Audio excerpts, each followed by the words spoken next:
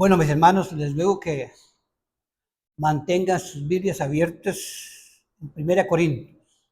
Primera Corintios, capítulo 13, ¿eh? Otra vez. Así es que ahorita lo vamos a aprender. Primera Corintios, capítulo 13, que nos habla de la preeminencia del amor. Lo más importante, lo primero, es el amor. Ustedes saben que en Corinto no quieren a los hermanos cristianos fundamentales. No he estudiado en realidad, no he leído cuántas iglesias cristianas habrán ahorita en ese pueblo, ¿verdad? Porque los hermanos, los pastores fundamentales, siempre estamos señalándole errores a la iglesia primitiva que hubo en ese pueblo.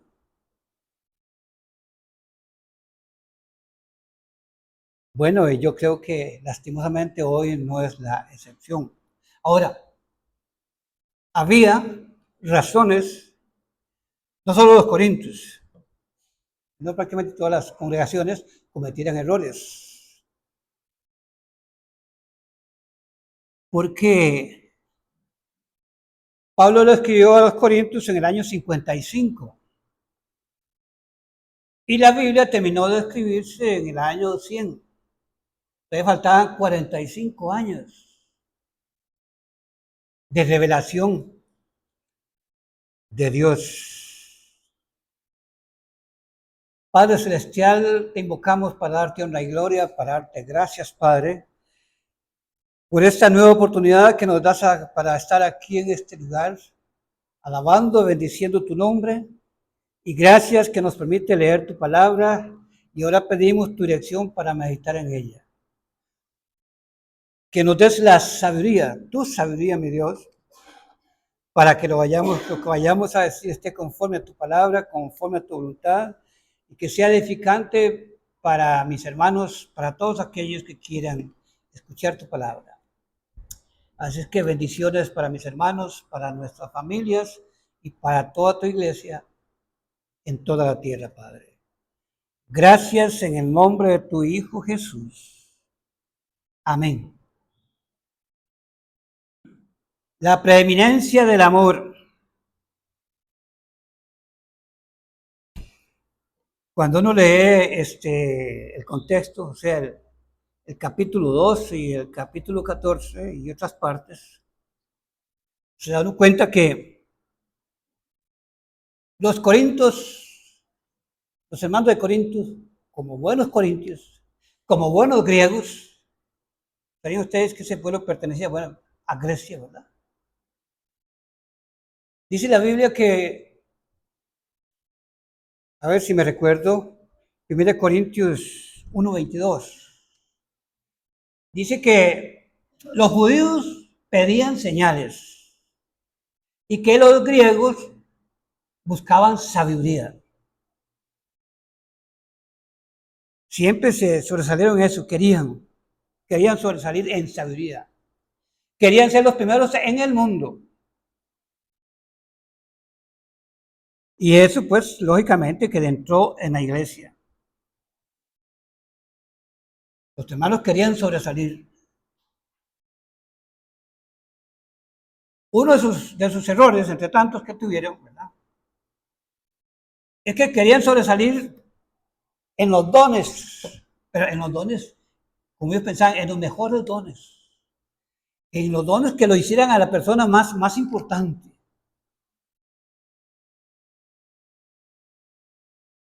Lo que no sabían en ese momento es que para Dios todos los dones que Él da, todos son iguales.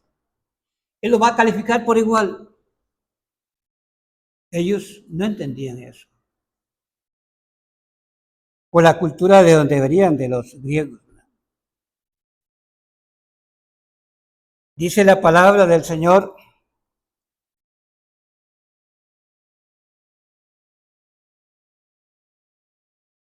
capítulo 13, versículo 1 dice Pablo, si yo hablase lenguas angelicales y no tengo amor, vengo a ser como metal que resuena o címbalo que retiñe.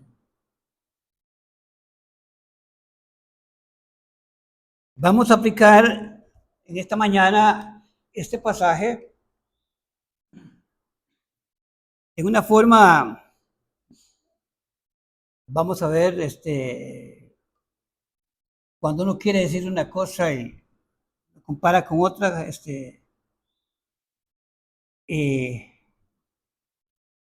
no literalmente, sino hipotéticamente. Hipotética, gracias, porque se me había ido la frase esta. Hipotéticamente. Sí, hipotéticamente. Supuestamente. Así es como yo siempre lo he creído y así es como vamos a aplicarlos. Supuestamente. Una suposición. Entonces aquí en el versículo 13 dice Pablo, si yo hablase lenguas angélicas, ¿creen ustedes que Pablo le hablaba lenguas angelicales, lenguas de ángeles? Pero quiero decirles, mis hermanos, que nadie, aparte del Padre, del Hijo y del Espíritu Santo, nadie pudo ni puede hablar el idioma de los ángeles. Primero, que no lo necesitamos. Segundo, que somos menores que los ángeles. Ellos sí pueden hablar nuestro idioma. Bueno, porque Dios se lo autorizó, porque ellos son mayores que nosotros.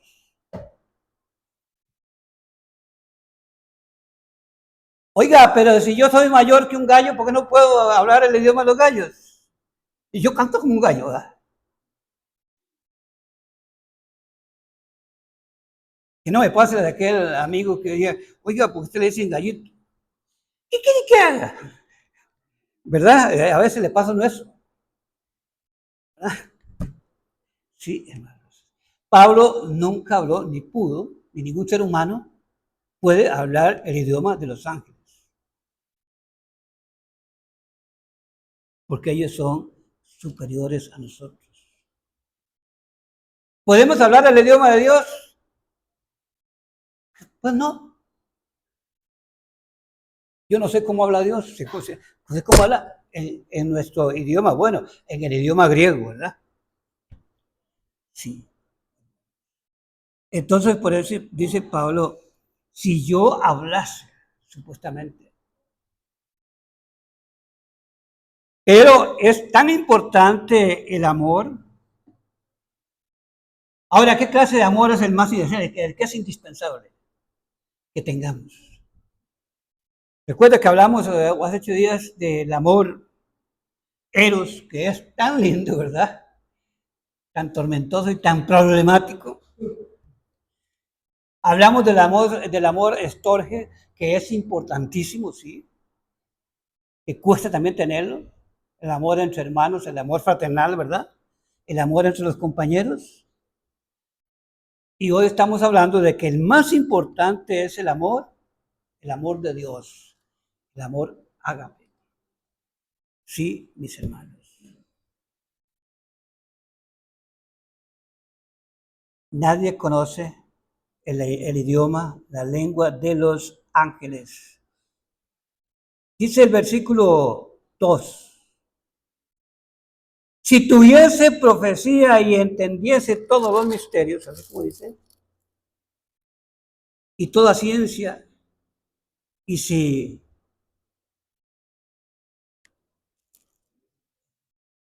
tuviese toda la fe, de manera que trasladase los montes y no tengo amor, nada soy. Sí, hermanos. Tampoco, Pablo no tenía toda la profecía.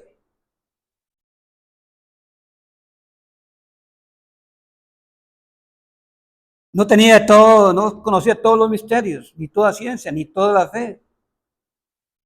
Ahora bien, por más fe que tenga una persona, nadie allá en el futuro dice que los montes se van a... ¿verdad? Nadie, ni Pablo, ni ningún ser humano, nadie ha movido montes, ha movido montañas, hablando literalmente, ¿verdad? ¿No? Si yo pudiese, ¿verdad?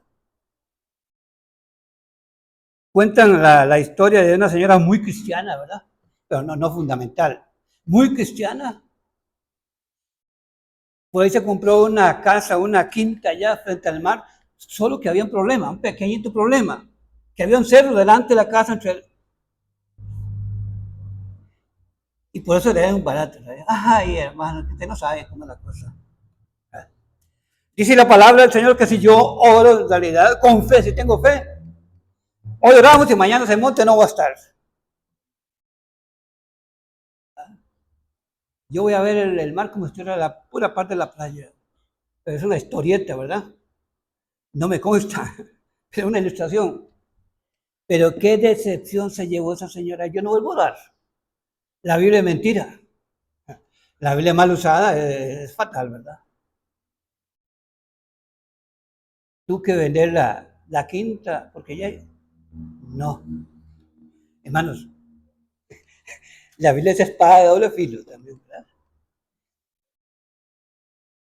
La Biblia bien usada lo encamina, uno lleva a uno hasta el cielo, allá a la morada de Dios. Pero mal usada lo lleva hasta lo profundo.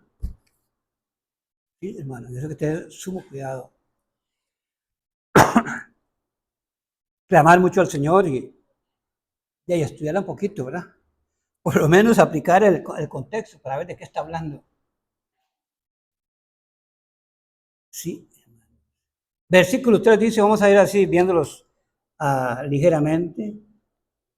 Versículo 3.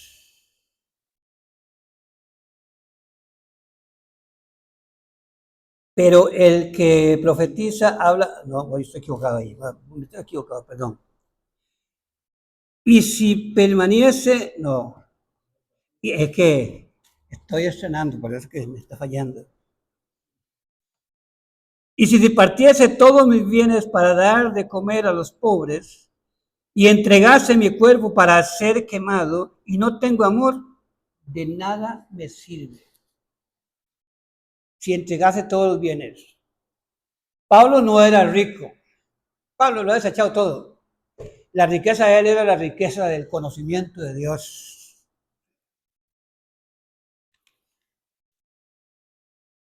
Pero supuestamente, si yo tuviera muchos barcos, muchas casas, mucha gente trabajando para mí, y si yo lo vendo y lo reparto en todos los pobres, si no tengo amor, de nada me sirve. Oye, pero qué negativo este sencillo predicador, ¿verdad? De nada me sirve.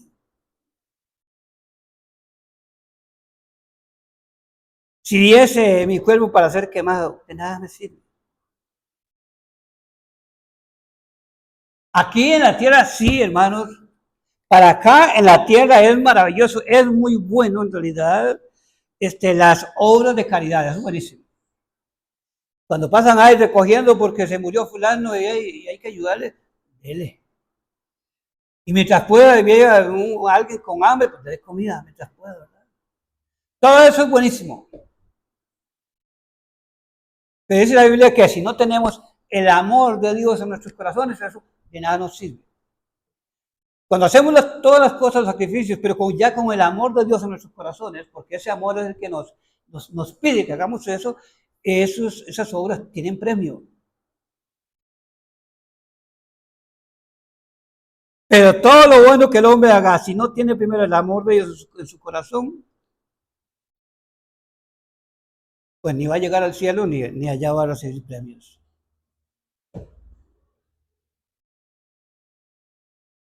Sí,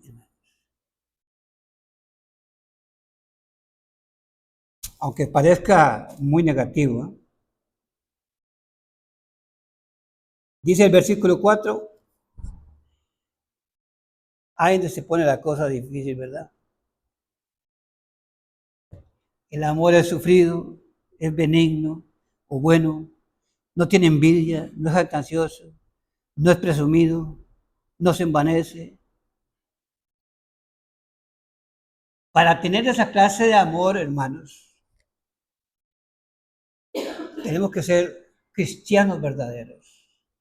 Cristianos que hemos recibido el amor de Dios en nuestros corazones.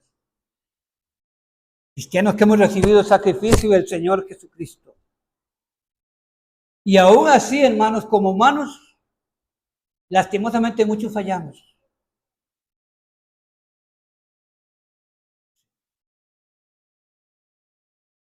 Ahora, imagínense aquellos que no han creído en el Señor Jesucristo.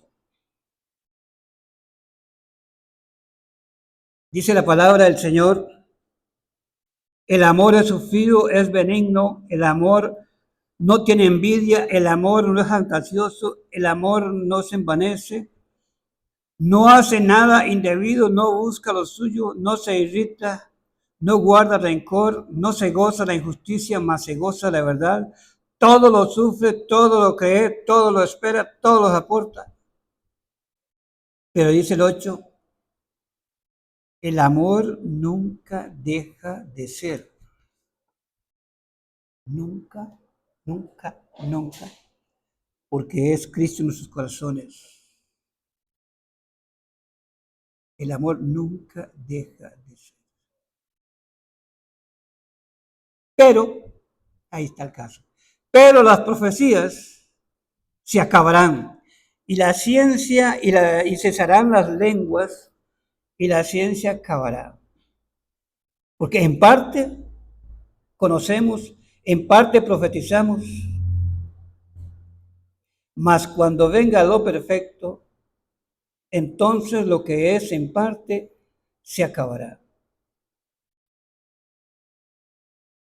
El caso está ahí. ¿Qué es cuando venga lo perfecto?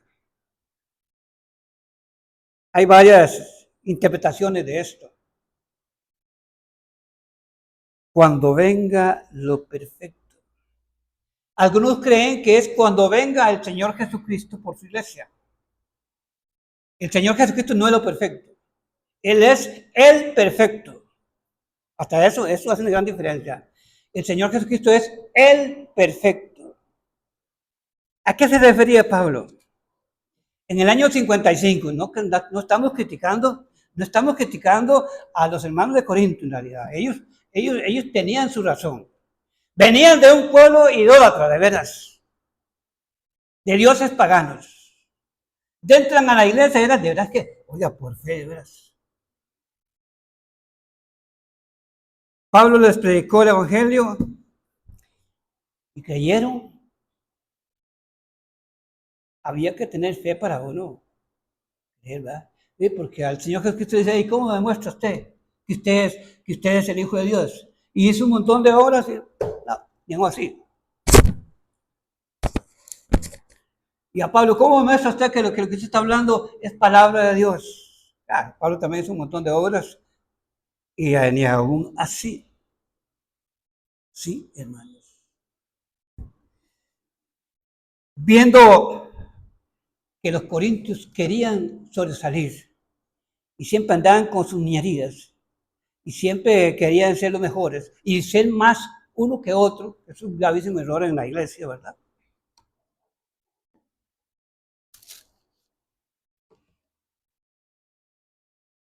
Pablo decía que en parte, él conocía en parte.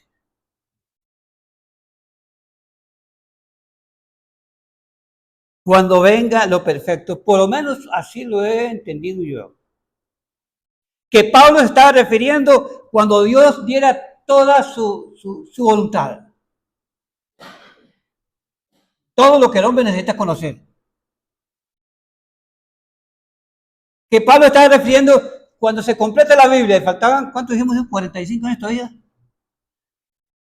Por lo menos, ¿verdad? Y Pablo, oiga, directamente guiado por el Espíritu Santo, directamente que el Señor Jesucristo fue que le reveló las cosas. Y él decía, yo Cuando era niño, fue precisamente eso. En una ocasión Pablo dice, no sean niños ustedes en la manera de entender la Biblia. Pueden ser, ya sean niños en la malicia, pero en lo espiritual no sean niños. Ya es hora de que crezcan un poquito, no se comporten como niños. Por lo menos aquí los niños ponen buena atención. Sí, hermanos. La Biblia se terminó de escribir allá por el año 95, el año 100,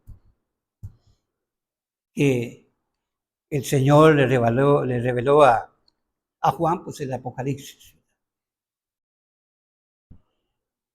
Sí, mis hermanos. Algunos dicen que no es la revelación de la Biblia porque la Biblia no es perfecta. Hermanos, eso es una falta grave en realidad. Hermanos, la Biblia fue dictada por el Espíritu Santo, dictada por Dios y escrita no por voluntad de hombres, sino que estaban siendo guiados por Dios. La Biblia es perfecta. Me refiero, la palabra de Dios original.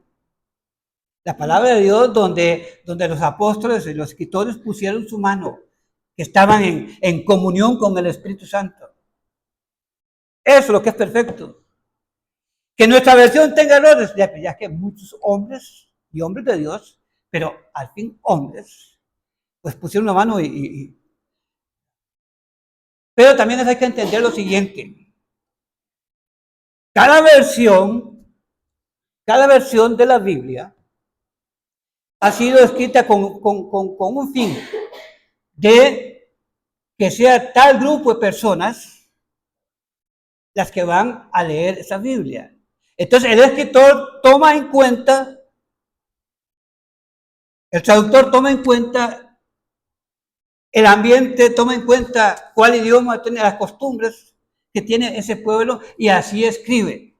Entonces por eso encontramos tantas versiones y diferentes. Sí, mis hermanos. Por eso es que hay diferencias. Por eso es que se recomienda que estudiemos varias versiones. Claro, a los pobres nos cuesta bastante, pues son bien caras las Biblias. Si a uno se las regalaran, ¿verdad? Son bien caras. ¿Sí? Y a los pobres tenemos que trabajar tanto que nos da pereza leer la Biblia. Qué duro, ¿verdad? Así es difícil, sí. ¿Sabían ustedes una cosa? Bueno, pueden saber muchas. Que hoy día los cristianos, bueno, digamos, los grandes siervos de Dios, tenemos la gran posibilidad, hermanos, oiga, la gran posibilidad de entender más la Biblia que el apóstol Pablo. Tenemos la gran oportunidad de entender la Biblia más que el apóstol Pablo que escribió Apocalipsis. Pablo de Dios le reveló a cada uno, imagínense. Si no te tendría que ver escrita por una persona.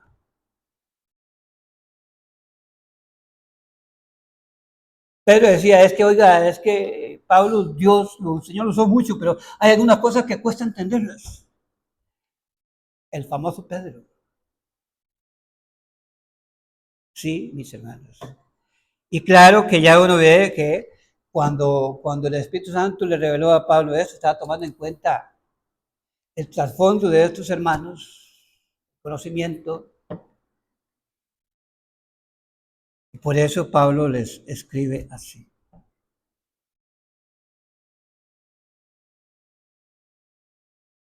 La Biblia es perfecta. La Biblia original.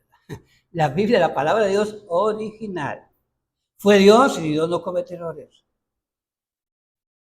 Ahora, si Dios se la reveló para su pueblo de Israel, pues también se la reveló para los gentiles.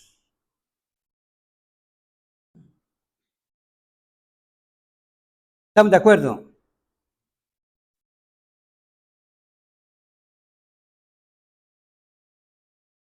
Versículos 11 y 12, donde dice la palabra del Señor. Cuando yo era niño, hablaba como niño, pensaba como niño, juzgaba como niño, mas cuando fui hombre dejé lo que era de niño. Ahora vemos por espejo, oscuramente, Mas entonces veremos cara a cara. Ahora conocemos en parte, pero entonces conoceremos tal como fui conocido. Hermanos, ya después del año que Juan escribió Apocalipsis, de allí en adelante sí había las posibilidades de entender todo el plan de Dios. Pero todavía es la revelación de Dios, ¿cómo se llama? La interpretación es algo que va siendo progresivo. Hoy día, por ejemplo, tenemos que ser humildes, no queda más. Hay cosas que hace, qué sé yo, 50 años o 40 años, vamos a pegar cuando yo empecé. A mí me predicaron de una forma, entendí de una forma. Ahora, después, ya viendo otras versiones y oyendo otros predicadores, y no solo por lo oír, porque nada que hacemos con oír si nos quedamos así. Hay que meditar, hay que razonar, hay que comparar.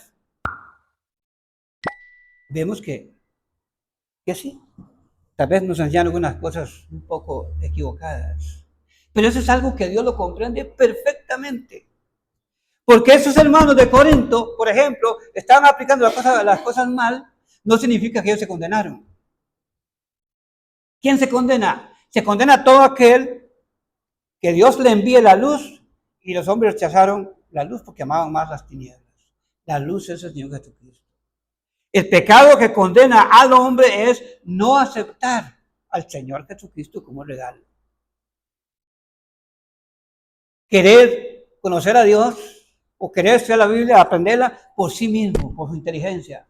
Así no va a agradar a Dios. Solo aquel que conoce, que escuche y conoce al Señor Jesucristo con toda humildad y le pide que por favor le revele, le entienda, le pueda le entender, para que comprenda que en realidad somos pecadores, para que sienta en realidad que hemos vivido ofendiendo a Dios, que le pidamos perdón y recibamos ese regalo. El perdón, la salvación tiene que ser un regalo porque el hombre sucio no puede hacer nada limpio hasta que escuche y se disponga a que el Señor le revele la verdad. Sí, mis hermanos, hoy sí podemos, el hombre tiene no digamos la capacidad, sino tiene como diríamos, la oportunidad de conocer las profecías. Porque hay hermanos muy consagrados que se entregan de lleno al estudio de la palabra del Señor, que quieren conocer a Dios de veras, que quieren conocer y que el Señor, pues sí, les da revelación, lo que no tenían los de aquel entonces. Así es que, mis hermanos, Dios no quiere que seamos niños en el conocimiento. Dios no quiere que seamos como los corintios. La falta de conocimiento y querer ser grandes. Cuando el hombre quiere ser grande, Dios lo humilla. Cuando Dios quiere hacer grande a alguien, lo hace, aunque no quiera, lo hace ser grande. Lo cambia y le va a dar la revelación. Ahora, los corintios eran como niños en ese momento. En ese momento. Hay que ponerse, como dicen, el pellejo de esos hermanos. Todos los demás de esas iglesias. Que no tenían nada más que lo que el predicador les dijo.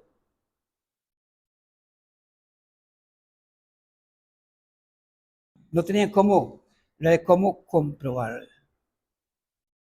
Así es que el amor que aquí habla la palabra de Dios es el amor ágape, el amor de Dios, que es indispensable, ese amor que hace que el cristiano demuestre de que Cristo está en su corazón, de que ha sido lavado con la sangre del Cordero. Aunque lastimosamente a veces, hermanos, fallamos en todas estas manifestaciones del amor de Dios. Que sí podemos, sí podemos. Dios no nos va a pedir algo que no podamos, sí podemos. Pero para eso pues tenemos que consagrarnos más para el Señor. Pero para consagrarnos, mis hermanos, antes de todo está escuchar la palabra de Dios o estudiar mucho para ver qué es lo que Dios nos está enseñando. Así es que bueno, yo espero, mis hermanos, que ojalá que todos los que están escuchando o vayan a escuchar, pues lo crean así, pues yo lo veo así en la palabra de Dios. Ya, y si alguien dice que estoy equivocado, pues entonces que después hablamos, ¿verdad? La honra y la gloria es para el Señor. Y preocupémonos, hermanos, de que el amor de Dios, el verdadero amor, esté en nuestro corazón. Amén. Padre Celestial, te invocamos para darte honra y gloria, para bendecirte, mi Dios, para darte gracias por tu gran amor, por tu gran misericordia. Gracias, mi Dios, por esta mañana preciosa que nos has dado. Gracias por tu paz. Gracias por tu palabra. Gracias, mi Dios, porque tu Santo Espíritu nos ha iluminado para hablar un poquito. Esperamos, mi Dios, esa es nuestra convicción, no habernos equivocado, mi Dios. Y si en algo nos equivocamos, sabemos que tú nos vas a corregir. Sí, Padre. Bendice a mis hermanos y todos aquellos que quieran escuchar el mensaje de tu palabra. Gracias en el nombre de tu Hijo Jesús. Amén.